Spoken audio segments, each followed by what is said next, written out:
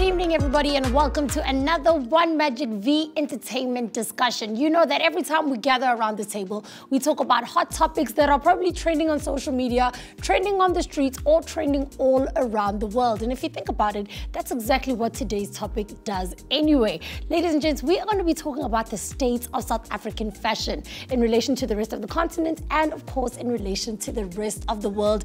Wouldn't be a discussion if I was here by myself. Starting on my left, I'm joined by Alan, then we've got Lufuno, we have got Baledi, and we've also got my mother, Babalwa, and a very good friend of mine, Don Design. How's everybody doing? Good, thanks. You. Are you guys good? Yeah. I hope nobody's on edge, because a lot of the time when we have fashion conversations, it tends to get a little bit tricky. Lufuno, why do you think that is? I think because people like to take things personally.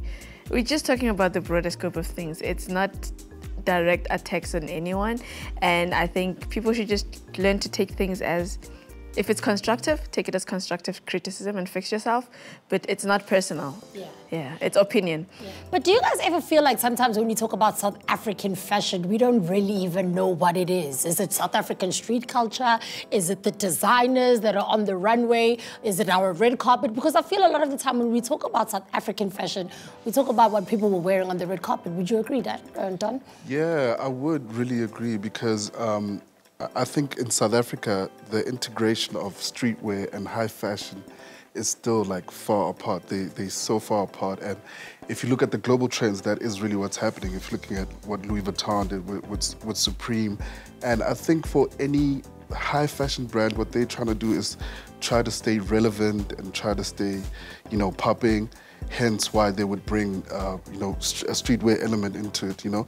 But I think for the South African fashion industry, we haven't yet really mastered that. You know, I haven't seen like a David Tlale teaming up with like a young streetwear, you know what I mean? You know, just do like a collaboration or something like that. So I think that is a very important phase that we still need to get into as far as fashion is. Yeah, Babalwa, and I mean, I think you've seen the best of both worlds. Everybody knows Babalicious on a Wednesday is high-end, you know, those Louis Vuittons are there, all those high-end fashions are there, but you've also seen South African street fashion. So where do you think we are as a nation? My thoughts with where South African fashion is the fact that we need to understand the fact that we're still kids. These people, Chanel's, Louis Vuitton, they started in the 1900s, 1800s, you know what I'm saying? They've taken time to build the brand, to convict and make sure that it infiltrates the world.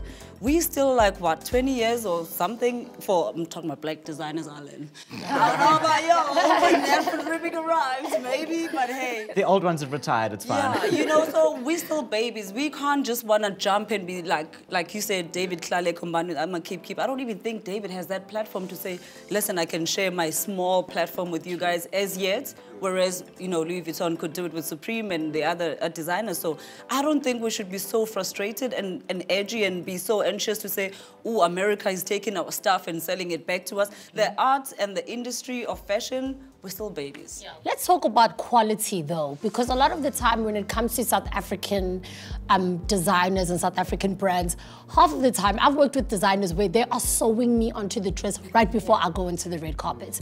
Baledi, you have your own fashion house, so talk to us about the difference in quality, and do you think that South African designers really do stand a chance on that world stage in fashion? Look, it's very dangerous if one was to apply that kind of comparison, particularly when it comes to workmanship. And I'll tell you why. Actually, I want to just touch on what Babs touched on earlier. What we forget is, you look at the multinational brands, half of those people don't even own those brands. Marc Jacobs doesn't own his brand. Karl Lagerfeld doesn't own his brand. They all under LVMH, Louis Vuitton, Moët Chandon, Hennessy brands. So you can imagine the financial muscle that comes with those, you know, those multinational entities. As a result, they put in so much money into those brands, and therefore the workmanship, evidently, it has got to be of most superior quality ever. And then you find designers like us, you doing your own thing. You have to go buy fabric. You have to go and, you know, help your team to put together the collection and all that. You can't even afford to have someone that's going to do quality assurance for you. So the point I'm making is, I don't think that designers, they sabotage themselves or they're negligent when it comes to paying attention to their workmanship, but everything comes definitely with the financial muscle. I feel like compromising quality over financial muscle in the end compromises you as a brand, because there's no point in you saying that you can't afford a person to do quality control, but then you end up with stock because the quality wasn't so great. I'd rather have, I think me as a designer, and I'm gonna speak out of turn because I'm not a designer, but I'd rather have 5 high quality items that I'm confident in selling, because the customer that comes and buys that item is gonna look and be like, I paid top dollar for this and it's worth it, it's worth keeping. Instead of somebody buying that and then coming back and saying, actually, but lady, I don't like this because the sleeve here, the lining is pulling, the lapel is puckering. So I think we need to kind of, if you're gonna be all about your art and your craft, go fully in or don't do it at all. I do feel like a lot of people in the South African industry only kind of do fashion. It's like a thing that they do on the side, do you know what I mean? They have either their 9 to 5, or maybe they're actually a stylist full-time, or they actually do makeup, or, you know, they don't completely, wholeheartedly live and breathe fashion. Do you guys find the same thing, Babala? You giving me those eyes. That's where Lufuno's point hits the knob, because you want to do all these things, but then somewhere at 12:30 midnight when everyone's sleeping, you want to design stuff for people.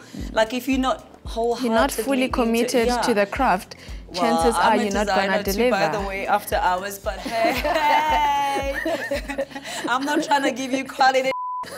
I'm trying to make my money for my, you know what I'm saying? But still, if you want to get to the levels, you know, of your Supremes, your whatever, focus. Read, do whatever, just be about this. There are very few people who actually even look different on a daily, but they're walking around calling themselves fashion icons.